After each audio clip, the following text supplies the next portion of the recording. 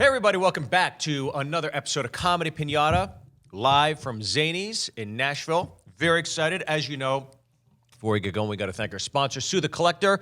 Credit cards, student loans, mortgages, car loans, hospital bills. Do you know you have a lot of rights? If any of these go to debt collections, that's right. Consumers, not debt collectors, have a huge list of rules they have to abide by, and that's where the law firm SueTheCollector.com comes in. SueTheCollector.com is a national consumer law firm that only helps consumers.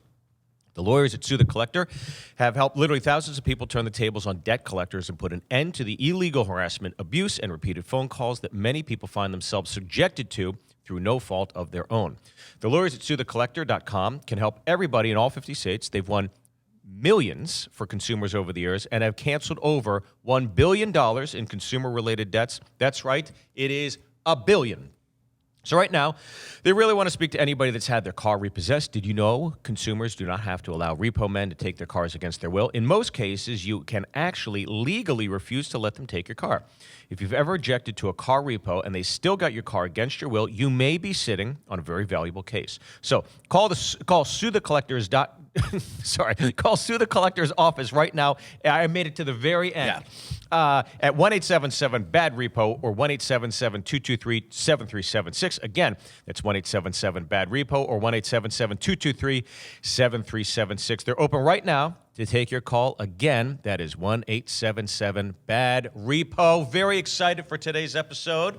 Very, very excited. As you know, we have a producer, Adrian Kulp. Now, Adrian is a producer with us, and the reason I had him on initially is because we've known each other for so long back in Los Angeles. We discussed this in a prior episode, I believe, with Renee Blair, but Adrian had booked The Late Late Show. He worked for Adam Sandler's company, Happy Madison, is a best-selling author, and I love him. And it's always great to have you, buddy. I love you right back. Yeah. Good to be here. And always down to join me at Hattie B's. And in the middle, we have comedian, veteran, as he says, the self-described Matchbox 20 of comedy. You don't love him, you don't hate him. He's there. He's consistent. He's banging out the hits. And most folks know him from Last Comic Standing. I know him as one of the baddest men in comedy because he's under the radar and he's heavily trained in jiu-jitsu. But he's here, Michiganite, John Heffron. John, thanks for joining us. Thank you. I was impressed when you did your live read in the very beginning where you didn't need reading glasses. And I was staring at that phone that whole time going, I don't know how is he doing that? Not to mention just your flawless just reading of the copy. Yeah, well, still can't book anything, but yes, thank you. But without glasses, because I How now old are you right now? I'll be 52, and I'm just new to readers. So it was a good run. I made it. I played the. Yeah, I'm at. I'm not at the back 9 yet as a human, but I'm in the clubhouse. And then I'm kind of looking back at, all the holes I played, going, okay, this back half, I'm gonna try to take. But my glasses suck so bad that I fake it. Like when I do have to read like that, right? Or if I do a corporate event where I used to be able to just read a teleprompter, sure. I don't know what to do. Yeah, because I'm like, is there a 60 font? What I found interesting was that John put his readers on it stressed me out to get up to the microphone, and then then promptly took them off. Well, because it's new, because I'm afraid of contacts. I'm just afraid. I think contacts would be I wear contacts. I'm afraid of touching my eye. I'm afraid. I hear stories about people going, I slept in them, I lost them, and people spitting on their hand. It just seems all those things. It seems horrific. Yeah. But then you hear from your buddy what he did last Thursday at the Comedy Catch with a girl. It's like, it's not that bad. They're all body parts. There's saliva still going into all this stuff. It's fine. Yeah. Contacts are nothing. I understand the stigma goes with it, but I've been wearing them since I was like in 8th grade. I have the worst vision in the world. But you don't. I didn't. Okay. Well, I always hear I'll get them. When you hit 50, that's when you start. Can you leave them in? And now we're looking for sponsors for maybe an eyewear company. Can you leave? How long? I want the ones that you put in once and then they take them out when you're dead. Are there that's called LASIK? Is that called LASIK? Are there like a 20-year contact? No. There's dailies. Hold on a second. Can we just address the fact that John only thinks he's going to live to be 72? I know. He just asked for a 20-year contact. Come on, man. Let's give you a couple more years. I don't know why I have such a bad outlook. So I want a dog, but I was looking at dogs. Welcome back to getting older. Yeah. I thought if I get a dog now I'm at the age where the dog might outlive me. Where before you get a puppy, you're like, this is gonna be sad. But now I'll be like, well, listen. So anyway, okay, but John, you got to write that one down. yeah, okay. Well, as you know, we sit here, we watch stand-up comedy, we pontificate. If there's any stories, again, I don't know who the comics are. Okay? Oh, We have okay. all these envelopes. We're going to watch some stand-ups. Taylor, our wonderful producer, along with Jorge, Georgie here at Zanies, they come up with these comics. We watch them, we break it down the bits, and we also, if you have a story or whatever about any of the comics, feel free to jump on in. So let's get right into it. This is number one. Adrian, how you doing, though? You feeling good about this? Wonderful, yeah. Okay. Yeah. I love this part of the show. This is our dipping our feet in the water. Okay, Yes. Here's number one. Give me any initial thoughts on, oh, God, Jay London. Wow. Jay London. This is a name that I've not heard in a long time. And I'll tell you, when I started stand-up comedy in New York City, Jay London was on Last Comic Standing as well. Yes. He has an eccentric look. He commits to it. I don't think he's ever been inside Nordstrom's ever in his life, or Macy's, or maybe even Walmart for that matter. Yeah. But he is a guy that would drive a cab around New York City and then finish a fare, go over to the Boston Comedy Club, throw it in park, put the hazards on, run in, do a set, and get back and go do his route. Great joke teller, setup punch, love him, and one of the nicest guys. What are you guys' thoughts? I have a special affiliation, whatever the word is, for Jay London, because he was on my season. Affinity. Look at me. Pay attention. It's affinity. Yes. I had affinity. Affection. Jay London was on my season of Last Comic Standing. And when I was on, 1975 is when my season of Last Comic Standing was. It was when the era of Donny Osmond was yeah, host. yeah, he was Danny Bonaducci. We had to vote him out of the house. But it was an era of when reality shows, everybody lived in a house and had challenges. Last Comic then later turned into something else, but this is coming off deals. So we all had to live, if you made it into this house, into this, it was like a porn castle. It's the same castle that's on the cover of the Times album, The Time. Okay. It was, I've seen it in some adult film, just you're perusing, and then you're like, that's where we voted Ant out of the house. Like, it was just weird. Yeah. But Jay London was on my season, and we had roommates on the show, and Jay London was actually... Hey, I know that room. yeah. That's where I was working on my set to try to beat Tammy Pescatelli. Yeah. So Jay London was my roommate, and I'll never forget, he had these red sweatpants. Oh, that's good. That's what you want in a roommate. And he'd walk around, he had the top bunk, and he's Jay London. He's this guy. His arms are the biggest. I've never been next to Arnold Schwarzenegger's arms, but his arms look like he lifts taxis. And just moves like his arms are the biggest thing ever. But he would fart. He would get off. He would get off. I'm not taking in the. He would get off the bunk bed. I'm out. And he would walk. But I just remember, and again, we all have a thing. Jay, this isn't the only thing I think about you. But they were super wet sounding. Come on. But here's where he'd go. He would do a super long one, and they would go just. Well, I can't imitate him, but he'd go disgusting. Just disgusting. He goes, the flagellants. Comment on his own. But he would call it flagellants. Yeah. With a G. Yeah. As you do. Yeah. What is it? Flatulent. Flatulence. Yeah. I slept. What do you think of Jay London?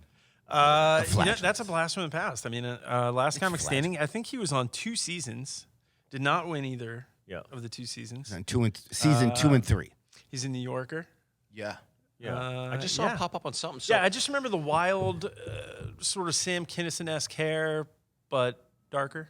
Yeah.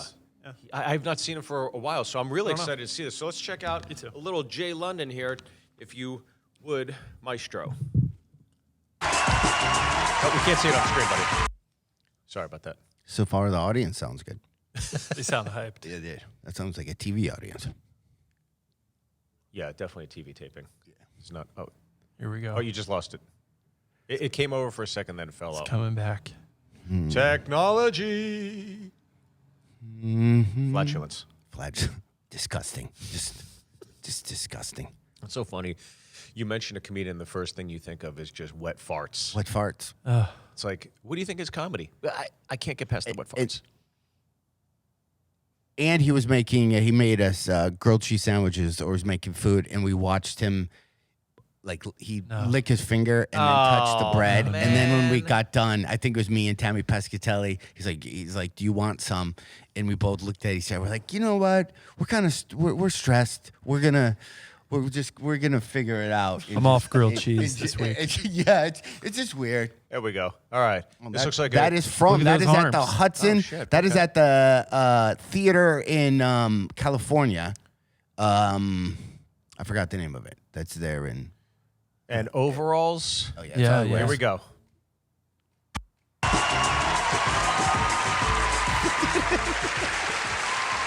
Thank you. Thank you. It's like the missing Thank link. you. Thank you. Look at those arms. Look at those arms. It's like George It's a pleasure to be here tonight. Thank you. Hi, I'm from the Hair Club of America.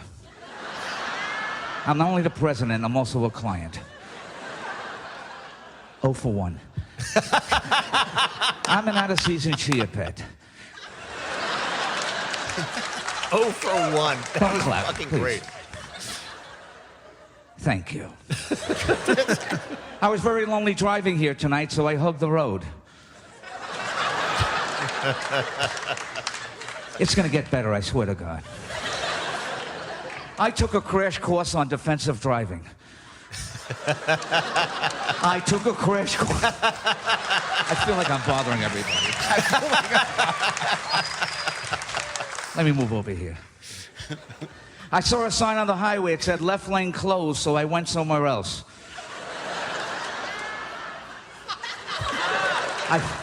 You'll get this tomorrow, sir. I saw another sign. It said no outlet, so I started to scream. Does anybody know what I'm doing up here? Thank you over there. I'm trying to quit smoking. I got that cigarette patch. I don't do it, so I put it over my eye. Oh, that works. I work at a sleep disorder center. I count sheep. And they fired me because I pull the wool over their eyes. Jeez. Come on, Jay. Now I work out in the field. I raise eyebrows. I raise eyebrows. You'll never see me again. You'll never see me again. I went out with a weather girl last night. We talked up a storm. I'm sorry that you have to witness this.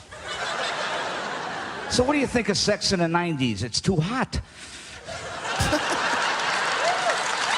Thank you very much again. Thank you. Jay London. Thank you very much. Great. I mean, it's just great setup, punch. It's just not even like setup, punch. It's just like bang, bang, bang, bang. One-liners. Quick, compact, fun. And he's one of those guys where I've never seen him do more than 15 minutes. Like if he was on your show and was just like one of the opener, like that would make the show, you'd crush it because people would love to see that.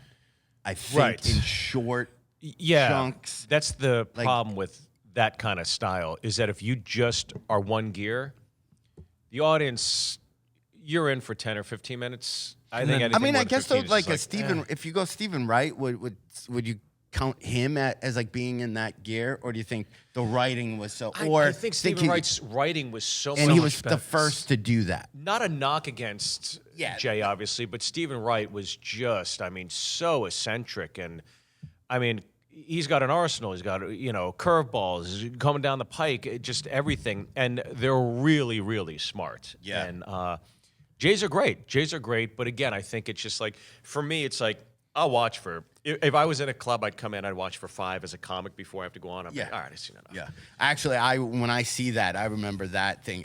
My heart was kind of, I have all the weird feels of like going on shortly probably after he filmed this. Like that night, like when they were showing the audience and even in him wearing that clothes, I'm like, oh yeah. He got dressed up for TV, by the way, like that. It's just like, just I'm on a competition show. He's still is. All he wore is overalls, yeah. Always overalls. That's how I know him. Overalls and a T-shirt. One of the last books that I wrote was World's Greatest Dad Jokes. And now that I'm a father of 4, I have a different affinity for dad jokes. Yeah, dad jokes versus I've always been a storyteller fan. As far as comedians go, like I love the story. I don't mind. I've sat through sets that were one joke, and it was like, did I get cheated or not? No, it was an awesome ride. Yeah, right. And I think it's nothing against Jay. But if you're booking, like let's say today you're booking one of Colbert or something, you got hired and you had done it in the past. I mean, what do you think of a comic like this in the arsenal of a month? You've got all these different voices. What are your thoughts in terms of Jay? There aren't a lot of layers there. I mean, you know what you're getting, which is interesting because when I was booking Late Late Show, 15 years ago, it was a different era. I sort of feel like, I wonder if things have changed. We live in this world of instant gratification, and we can only digest certain amounts of content. It seems that I think a guy like that, especially now, I don't know, comedy is like music, that their genres change. Yeah. I've always been one storyteller. Yeah. Like my hour set is literally one story with a lot of asides. Yeah. So anytime I did TV, I would be like, I can't even, how am I going to do 6 minutes? And I have to tell one story. I don't know how, but now when you see that on TV, to me, especially when you see all the America's Great Talent or all those shows, we have 90 seconds. Yeah. Like those type of guys. So I was going to say, from a booking perspective, this would be good. There were a lot of times where I was putting people on Late Late Show, and I forget what it was at the time. I think we had 2 minutes, 2 minutes, 20 seconds or something like that, 2.5. And you have to think about, you've got jokes with setups, you've got, so you have to look at it as a whole. From a booking perspective, this one's pretty easy because you can take all these little mic drops and these one-liners and just piece them all together, stitch it together. And also for all you young comics working, back in the olden days, you used to do I remember when I did my first Tonight Show, that was stressful enough. Yeah. But then I had everybody come to me going, what's your sitcom? Your sitcom has to be in your Tonight Show set. So you're like, I have 4.5 minutes. Yes. So you need to explain about how you're getting married, but your roommate wants to, and then you have a weird uncle, and you literally would have to do almost like a sitcom pitch in your to add that on. Like, and I remember doing that. I literally did a joke where I don't remember, and something about, did you know when you get married, your wife moves in with you? And then I get applause. I go, yeah, my wife made me get rid of, and I did this hand thing. I go, my roommate. And then I go, I miss Rob. Never once did my wife jump, or never once did Rob ever jump on the couch and stick his toes under my butt. Or whatever. I go, don't get me wrong, I love my wife, but I miss Rob. Right. And sure as shit.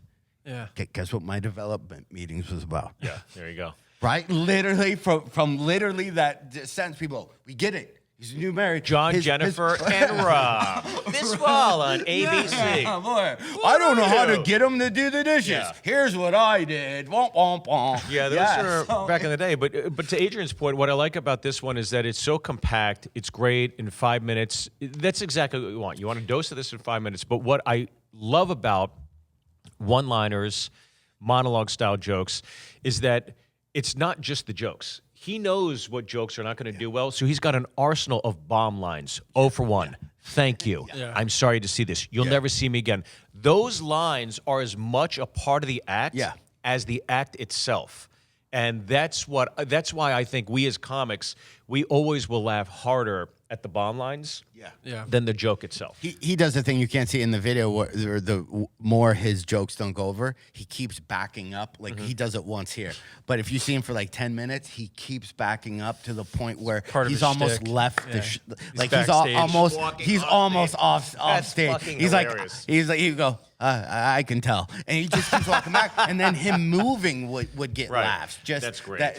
So this won't come out, right? But you made the comparison earlier to Stephen Wright, and I look at the two next to each other. The one thing with Stephen Wright versus this set of Jays is that with Stephen, there was never an opportunity or a time that I would consider the fact that he didn't write great material. Where when I hear stuff, some of these things that Jay is saying, I'm thinking in my head, is that public domain? Like, is that a dad joke that's been around forever and Jay rolled it out or not? And nothing against Jay because he may have written all those, but they sound like dad jokes. And to me, it's kind of like, I don't know. I'm just impressed. I don't know people who do one-liners. I don't know how they memorize them. I don't know how it sticks to your brain. I think I think the one-liners are probably easier to remember than. They're all different, I mean, look, there's different muscles in comedy, right? Yeah. There's roasting, there's this, there's that. But I think when you do something like that, it's like you're just memorizing the chunk and then implementing the bomb lines along the way. Yeah. So I really enjoyed the set. Nice to see his that face. being said, what do you give Jay London 1 out of 10, Adrian?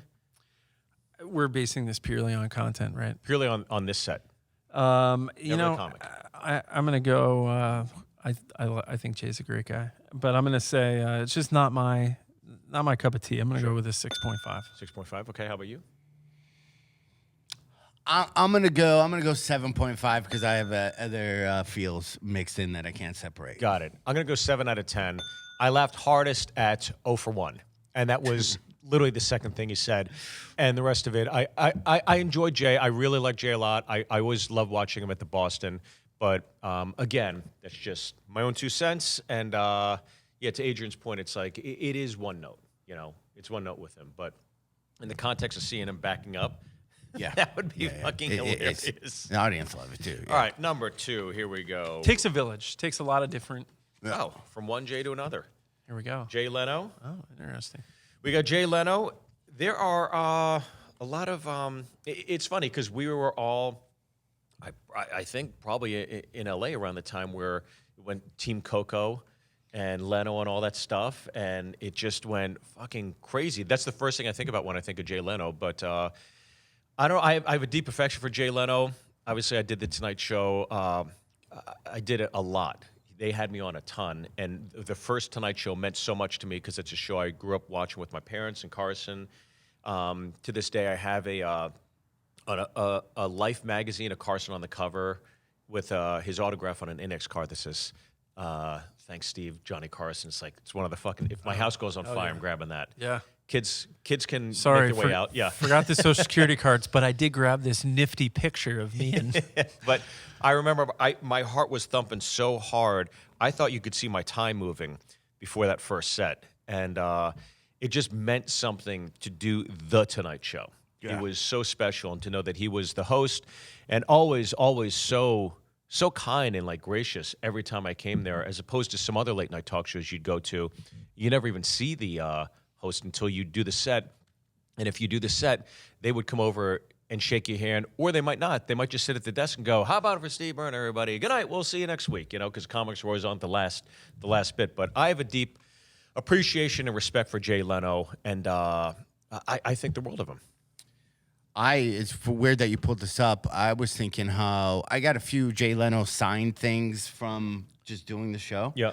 But I have no backlog of any performances I've done. I mean, there's a few, but I don't physically have any. So I was trying to, because Dolly Parton is hosting something. And my first Tonight Show was with Dolly Parton. Oh, shit. So all I wanted was the show picture of us standing with each other. Because she touches my leg during the show and literally puts her hand out, and I'm talking. I'm doing whatever. I had time for one more bit. But I was just like, Dolly Parton's touching my leg, and that was the first thing. Which was touching your leg during the set? That was my first Tonight Show. Look at him. But I did the Tonight Show with Dolly Parton, Pamela Anderson, Tyra Banks. So I put all of these clips together. Bank. Yeah, right. I was like, so I was coming off all those. But I remember when I did my first Tonight Show, everyone was pissed because I didn't wear a suit jacket. I wore like what you saw. It was like what I thought was a nice shirt, untucked. Keep in mind, this is the 90s. I'm like, I'm a young comic. I'm not these blazer and jeans guys. Yeah, right. Those are those guys that say. And when they introduced me to walk out, I was looking through the back of the stage, and there was like a little hole in the set so you could kind of see the audience. Yeah. And when the stage manager put his hand on my shoulder and just said, "Hold on, wait." Yeah. Second I got touched, my heart was like, I'm going to piss myself or throw up. Yeah. well, something's going to happen. By the way, we're sure that wasn't a glory hole, right? Yeah. Well, yeah.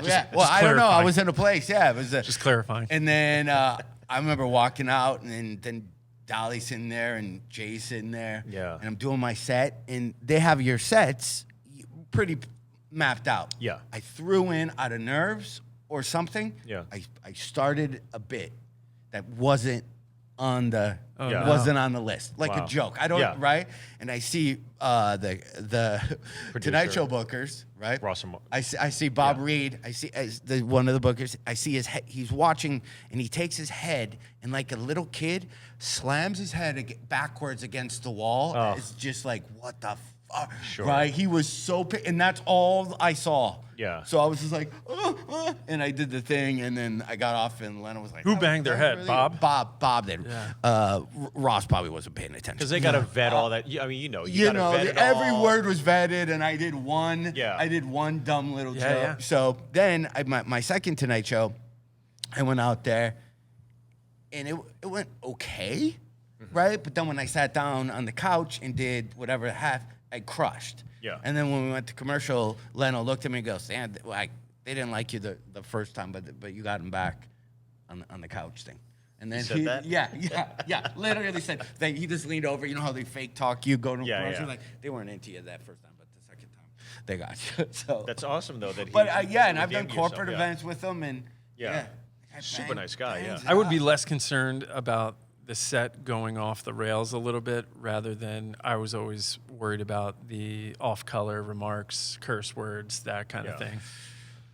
Yeah, I put it in. I don't have anything. But you didn't have to dirty in worry my about it, act yeah. anyway. Yeah, it was just literally. And when I said one thing, and boy, Yeah. everyone was bad. So Well, I'll tell you, looking at the clip, this is obviously pre-Tonight Show, and I had always heard back in the day in New York City, back in the day in Los Angeles, Leno was the 800-pound gorilla that every comic kind of looked up to. So I'm very excited to see this. So let's check out some early Jay Leno.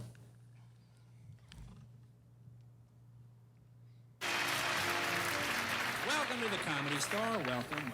Oh, original room.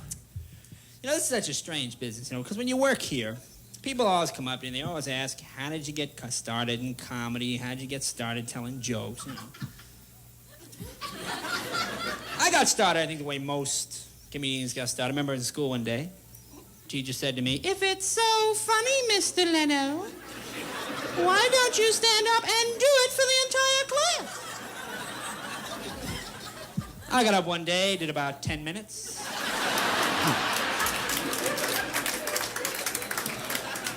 Pretty soon the teacher's charging $5 cover, 2-drink minimum. What's going on? This is a big year for outer space. They just started on the sequel of Star Wars a few weeks ago. You see, I do not dispute the fact that there is life on other planets. My argument is, why would they bother to come here? You know what I'm saying? I mean, if you're traveling through the universe, coming to Earth is like stopping at Stuckey's. You know?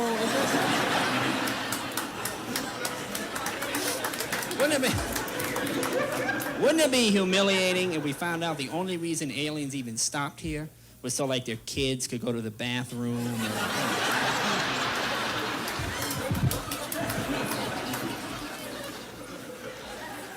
And why is it that UFOs never land at, like, MIT or UCLA? They always land in the middle of a swamp where Bob Bookie and his cousin Weenie are out fishing. And these two guys can never tell you anything about the UFO. It was big and yellow. See, I'd like to see a UFO land in someplace like Times Square.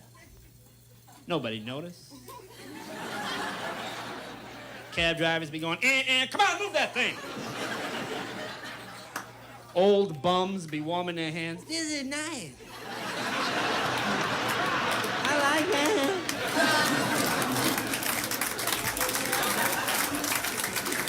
That's the main room. Well, that's the tough part about seeing dated comedy. But one of the things I will say is that I've heard that UFO premise done so many times since. He's got to be the first, or if not one of the first, to do that bit. Yeah. So you're seeing the reaction, which would be natural, of somebody hearing it for the first time. I think it's a great bit. I thought the The kid stopping off on planet Earth to take a shit is pretty funny. Yeah. I try and roll like when I watch clips like that are from a previous era. Yeah. I try and put myself Yeah. back in that, and I'm Yeah. like, and I'm listening to these people in the background at Comedy Store just going nuts, and I'm like, Yeah. what is happening? Well, that was it. that The funny rubber at band the had never time? stretched as far as it is today. Today, it's like, it's so fucking Yeah. far gone. Yeah. But back then, it only went this far. And that's the limits. And everybody only knew that much. But now you got like Chappelle, trans, and all this crazy shit. And you go to any open mic, and there's some guy talking about fist fucking and whatever. Just like, and that's the MC. Literally, that's like the new It's the guy. first 5 minutes, it's yeah. not- Opener. I mean, there are comics that were, like Bobby Slayton, love him to death. I'm the Pitbull, because he used to say stuff that was so edgy, but now you literally have open micer going 100 times. And when you see that, people's point of reference, that was the only place you saw comedy. Yeah. Is if you went to that place. there's no YouTube. And there's And stand up, I guarantee it, that moment in time where he's got that look circa late 70s, early 80s, when we don't have like stand up comedy like it is, we I was looking- this is before Evening at the Improv. Yeah. And Caroline's Comedy Hour. So that must have been really special to see that on the Tonight Show. That's the only place you'd see it back then. And their point now, every comedian or new one has a point of 7,000 podcasts, 8 billion specials, 8,000 trillion albums. But this one is the best of all. But the point of reference of just even seeing comedy or even material, what wasn't a thing. Like I don't know how Leno and then Robert Klein's kind of created that form of storytelling. Yeah. Or whatever, because there wasn't a lot of examples of it. Sure. And I mean, with the point of like you see older stuff that you go, oh, that's kind of hacky, but it has to originate. Where you don't know if people either just stole it or just people, young people now I've seen on specials are doing material that I'm like I can point you to the special that I saw, but they have but it's not their fault because they're so like I saw a guy on Netflix recently. He's like, I'm 20 something, and by the time my dad was this age, We've all had, and we've all did those jokes. You had a joke. I Like have that. Hulu Live, Yeah, and then you go back to like Larry Miller, who's like my dad, but all I have is it's the same thing. So, That's different. That's what I was thinking. So you guys have been doing this for a long time. Do you remember any of your early jokes? Garbage. That like can you recall one right now where you're like, oh God, I can't believe that I did that I joke. can tell my very first one that I ever told on stage. Good. Was it funny? Does it hold up today? It's horrible. Let's hear it. I go. I'm from a real small town in Michigan, South Lyon, Michigan. Our McDonald's doesn't say 70 billion served. It has the name of the people served. Still good. That holds up. I grew up in Pittsburgh. We're the only Asian family in my neighborhood. Our house was considered Chinatown. It's like that's one of the really dumb ones, but it's like okay. Yeah. But yeah, I mean, you're like embarrassed of those things, but those are like tent poles to get you through to the next one. And so looking back at my early shit, I'm embarrassed of it.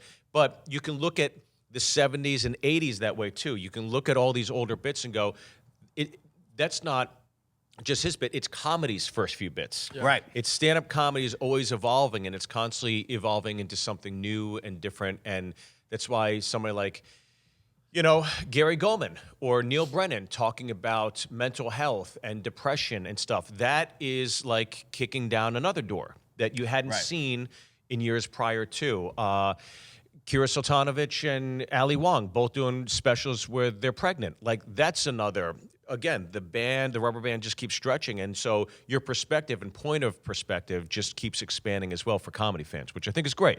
So it is fun to kind of go back and watch. But I've seen Leno at Flappers. I've seen Leno at Comedy Magic. And he comes up still. Obviously, he probably still works with a lot of his great writers. Yeah. And he's got 10, 15, 20 minutes of new monologue jokes relevant to that particular week and still crushes and is flawless. Yeah, so that was, what didn't he do? What was that, Sunday nights? He used Sunday to down in Comedy Hermosa? Magic, yeah. And now he's doing Flappers, I think. A stack of cards. Yep. And you just go off each one. I went down a couple times because Fantastic, by the way. Like, I mean, you're on the Tonight Show that long. Of course, you're a true pro, but a true pro in every sense.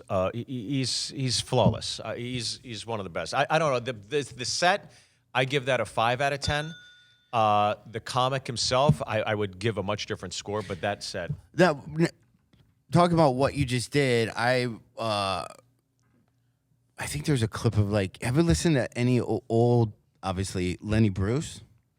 I haven't for a while, but But if you listen to it, you literally go, yeah, exactly, yeah, You have like there's yeah, right. If I was to listen to Stanhope from 20 years ago, I would go, that guy literally Stanhope was saying stuff 20 years ago. But you know what's right? interesting? But it's like he swears. Lenny Bruce swears a little bit more. Maybe just calls the ethnic thing, but there's nothing. He's just saying it. Hey, you're. I don't know. How far does the rubber band was only like you're using this sort of analogy of the rubber band, and it was only stretched this far with Lenny Bruce, and now we're talking about like current day. You go to Ari Shaffir, you're like, but whoa. Isn't it weird to think about back at that time during Lenny Bruce era or whatever it is to think, oh my gosh, well we'll never get racier than this, and then because you're watching Brady Bunch shit, but even today, I look at today's comedy and I'm like, we can't get any racier than where we are today. But we said that 30 years ago. So and also, are we in for it again? And how far can we go? Also, with the Lenny Bruce thing, without him, saying this stuff, he literally says stuff and got arrested for what your MC this week will probably end up saying. And the only way to get racier, I think, is you're going to see a lot more comedy duos and teams where they're gonna be like, you know what, guys, don't you hate it when you're like boning her this way? And then he actually starts boning her. And then she's like, hey, watch that. So it's gonna become live comedy sex shows. Is the next level. I don't doubt what you're saying, because somebody just sent me a picture of a comic. Because everybody humps a stool. Everybody's humping a stool. Right? Yeah. So now at some it's point, gonna but take it. but there's people that have like kind of exposed themselves, and it's like, oh my God, you're right. That's probably going to happen shortly. But It started. all right, I think that competition score could be like a no contest. Yeah, no contest. Because I was gonna. Oh, here we go. Yeah. Alonzo Bodden. Oh wow. Okay. Alonzo Bodden. I have a lot of respect for Alonzo. Great grinder, great comic. Gosh, he was also last Comic comic? Standing. He was the security guard in the opening act, a film I did. I love him. I think he's great. A lot of people know him from Wait. Don't Tell Me. Don't Tell Me on NPR. What are your thoughts on Alonzo? Alonzo, one of my super friends, was also on Last Comic Standing with me, season 2 and 3. He won season 3, but got hosed because they never showed him winning. So Wait, it's a weird. what? When Alonzo won Last Comic, it never aired. The show got canceled. Oh, The last episode of didn't know because that. season Come 2 on. was so popular, they did season 3 2 weeks later. So I was still under contract to perform, and I'm like, I'm not doing season 3. I just won the thing.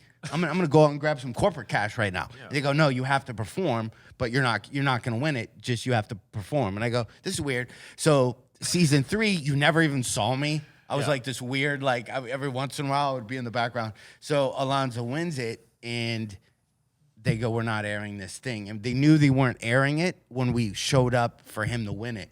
So balloons fall, and he's just like bouncing him out of the way. He was like livid. He got cash. Like my season didn't get cash.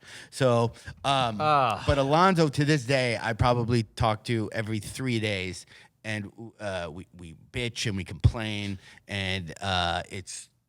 I had he's no literally idea like a sounding board. That's how that played out. That's fucking awful.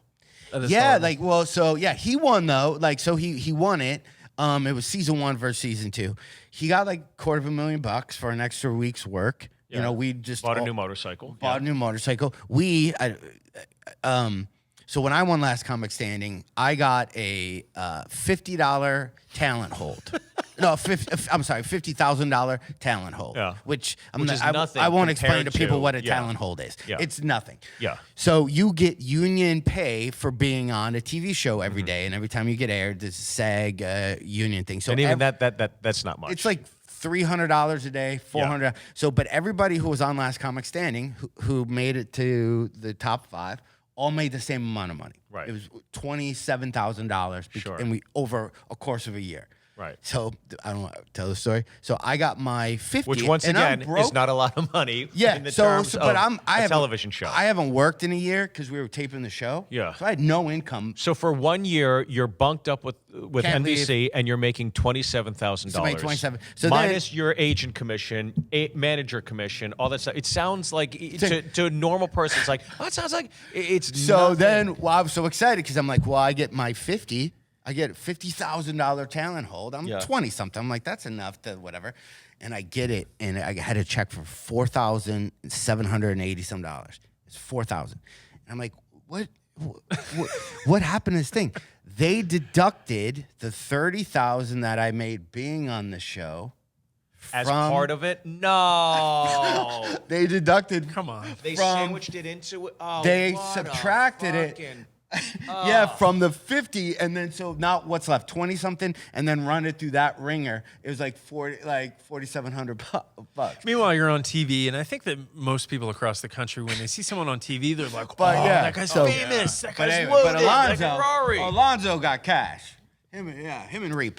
But yeah. he didn't get the acknowledgement from the industry, from No. the show itself. No. So I know, they pulled. Did the ratings dip that hard that they pulled it? I believe so. Ours were what I don't even remember. We had like this was prior. This is pre-internet though when I was on. So there was no social media to even grab your fans. I'm sure or anything. MySpace was out then, right? But it wasn't what it is now. At least if it happened today, you've had social media coverage of it. So Yeah, that there was at least nothing. the moment would have Yeah. existed. This is just We had like 15 million viewers, which it was good. The show run, but then they cranked out these pretty fast, and yeah. So Alonzo won season 3. But probably all to save money on a soundstage rental is why they lumped that season in.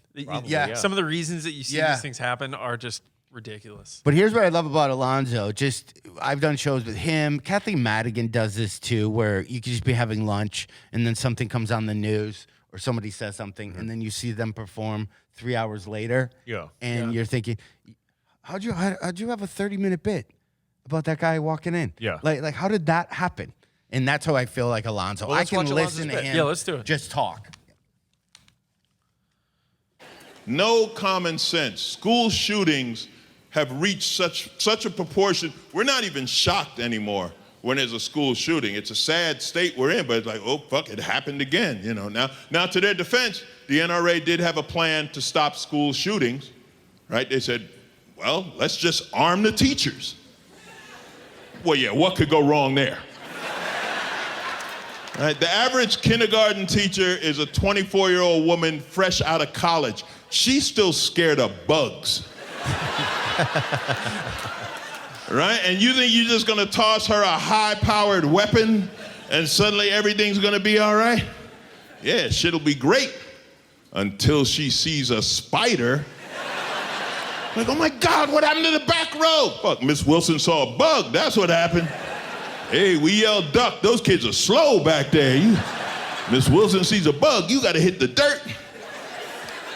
And it's always the same argument, right, from the NRA. The Second Amendment to the Constitution, we had the right to bear arms, we need a militia and blah, blah, blah. Like, shut up.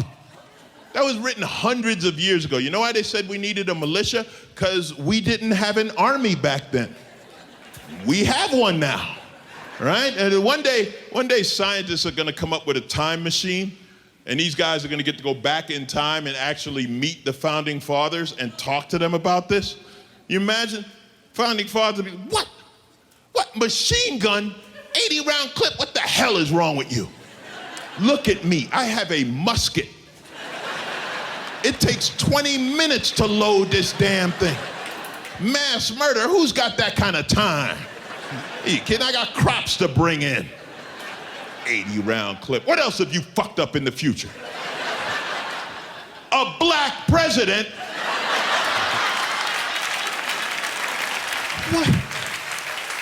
What the hell are you people with? Well, who owns him? Wow. Free? Free? You mean they just run around? Well, how do you get any work done? What's a Mexican?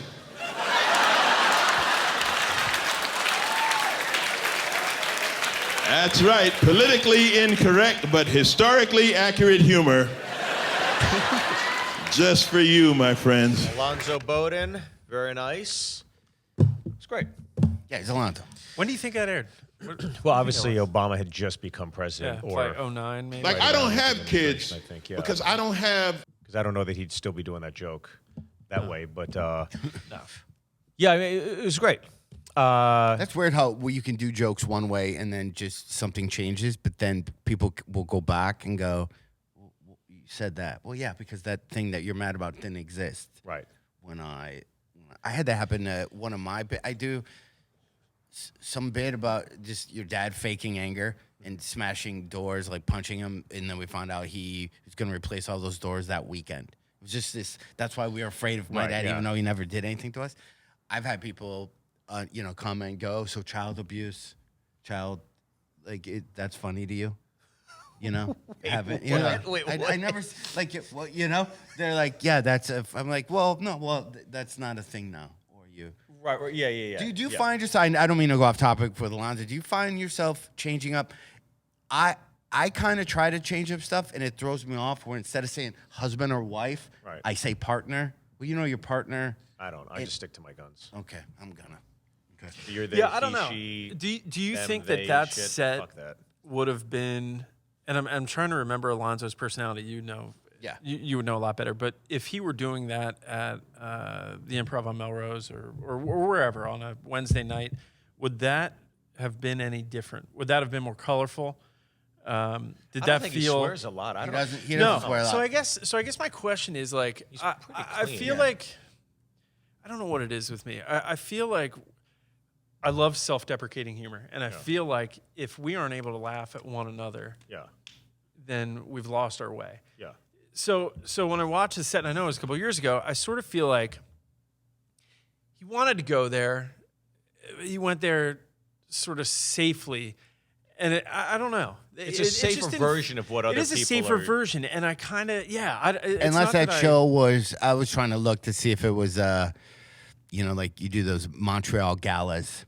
Yeah, I was looking at because we always look at the theaters and like, oh, I know the theater. Yeah, where if it's Chicago, like that type of shows, you have to literally go. Yeah. How do I just scratch? It's just like it was just almost just like he touched on it just a tiny bit, and it wasn't. It was like, all right, I don't know. It was almost uncomfortable. Like he didn't get into it enough to make us really be like, yeah, that's true. Right. I get it. It was sort of just like a little tippy on all of them, and I don't know. I guess I just appreciate the idea that I'm just a huge fan of. What was it? A couple weeks ago, we were here. You were working this stage right here, and I feel like one of the things you had said was like, this is a safe place. Yeah. For us to all make fun of one another. Yeah. And that's and bond about it. I don't know. That's good that you say that in the crowds because I'm again a Matchbox 20. I don't cause any problems, but I made one reference to a bit of a prepper, and I said something about the Cabela gift card militia or the Bass Pro Shop boys got a couple camouflage backpacks, and we're suddenly. And my joke was I heard one of the guys in the video say, "Let's start our own country." Right. On January 6th, and my question was, I wish they would have pulled them in a room and said, so what were you going to do? I want to hear the follow-up to this. Right. That's all. So that's not me being overly political. It's just somebody thinks they're smart enough to start a country. I would like to hear what maybe that is. And I had a guy get up, and he said that he was a fan, but I'm dumber. I'm dumber than you thought just because I just mentioned January 6th. I feel like people just need to relax a little bit. And I'm like, wouldn't that be fun? Like if your kid said to you, I'm going to start an island, wouldn't you have follow-up questions and go, well, what would be? How are you going to make rules? I would like to hear that. Yeah.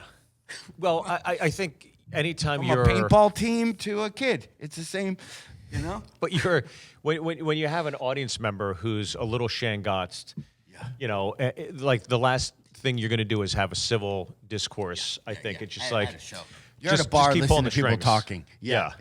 It's I don't know, Alonzo. I'd give that 1 out of 10. I'd give it an 8 out of 10. I thought it was a good bit, but I agree with Adrian. I think you could dig a little deeper and give me a twist that I hadn't expected.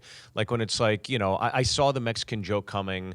I I did like the twist where he was, because I was like, where's he going? going, with gun going, control? going. Yeah. And then he was talking Black about president. her wiping out the spiders. So I did like how. That was fun. That was a good bit. I like that. That was good. It got, and I it noticed got he somewhere. said bugs first. I said, why didn't you say spider? And then he said spider the second time. I was like, that's why he was saving it. So, yeah. Right. Because it's the most common one. But I give that an 8 out of 10. What do you guys give?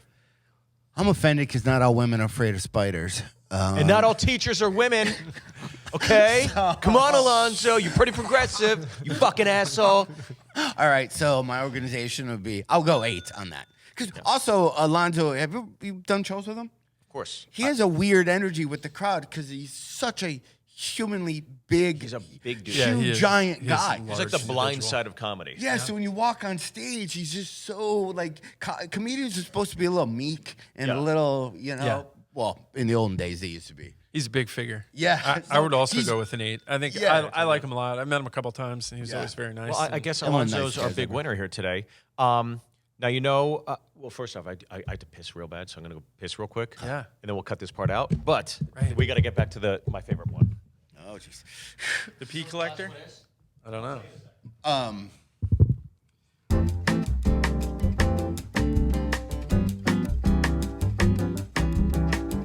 Yeah. I'll take a piss and somebody died. Okay, so guys, as you know, John, or may not know, our last envelope is always one of the performers. So one of the comedians, we've got to watch one of our own clips, so we're also on the hook, and we will be judging that. Here's the deal. It's not going to be me. It's not going to be Because that was Adrian. a last-minute ad. So, It's either you or I, and it is, thank God. Okay. John John Heffron. Heffron. Give it We're a going to watch a 3. clip. Any thoughts on John? I got so many thoughts. Yeah? All my old stuff. Oh, you probably is know this super already. old. You probably know this already. What's it going to be? Do you know where this was taped at? This was taped at Is that a boot cut jean you got on there? What is Boot that? Cut. You see it from Structure. Going casual. This guy's cool, man. He's Yeah. Yeah, it was Just it was tuck in, someplace baby. by Irvine. Laid back. At a Irvine theater Improv? by the Irvine Improv, where like Levity shot like a million. Oh, they did all the hour specials. Yeah. I know what you're talking about. Yeah. Yeah, I forgot the thing. This one, Stupid Thing movie.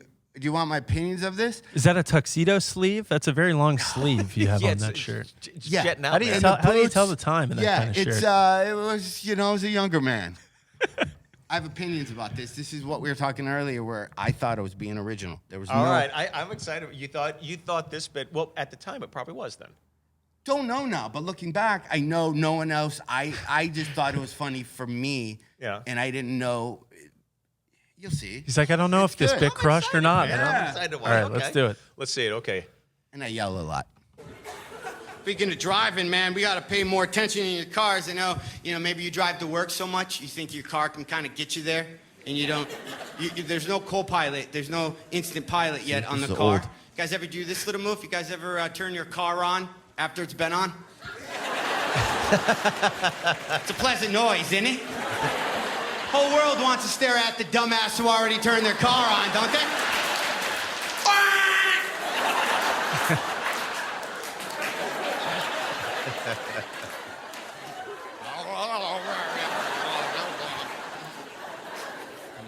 I didn't know it was on. What was that? No, the windshield wipers in the radio didn't give me a clue. No, it didn't.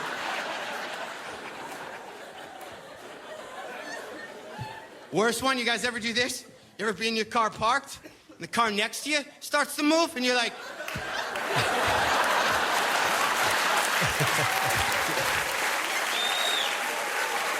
Seriously, I just think I peed myself. I thought I was going forward. I wasn't. My keys aren't even in the car. Ladies and gentlemen, I'm John Heffron. Oh, there he is, the closer. We got the fucking closer, baby. Hell yeah.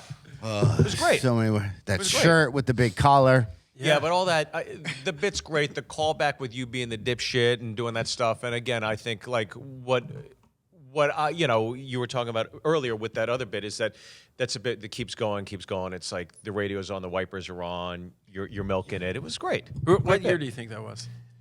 Minimum 10 to 15 years ago. That's Where a bit at? you could do right now, tonight, and What's so funny Yeah, is killer I reaction. literally So what? go, there's no... everybody's Everybody's because done these even things. now, if you turn the car, even if you have an EV or whatever, it just either turns the car off, right? But or, I go, there's no autopilot. I mean, you know, there's no autopilot in your car. Can't drive yourself. Obviously, this is pre-Tesla. Sure, yeah. I used to do that in my act, where I'd go blankety blank. So I want to start a company, and then I would say a fake business that should exist. Yeah. And one of my first specials from '92, every company that I made up is legit a thing. Oh, really? Yeah, it's legit. Like, it's legit. You fucked up. You should have I started like know. 8 businesses. You'd be a fucking billionaire. Just all Fuck the this time. comedy game. Yeah.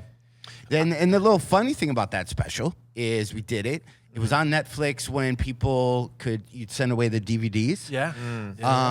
And then it came up where I could buy the rights back to this, but it was right when I was going through a divorce, so I couldn't. I had a moment. And now Brian Volkweiss owns everything. And now that they have, Along with his toys. I like, even though, like, you know, I love this special because I've done a lot of stuff. This was your first special? First hour? My first hour, but even like anything I do for TV or anything, I never feel like it's what you see me live, because I'm a live act, not necessarily a polished. I get wordy. How many bits do you? He's not a podcast act, is what he's saying, guys. Yeah, so yeah. we apologize for what but John that did one, today.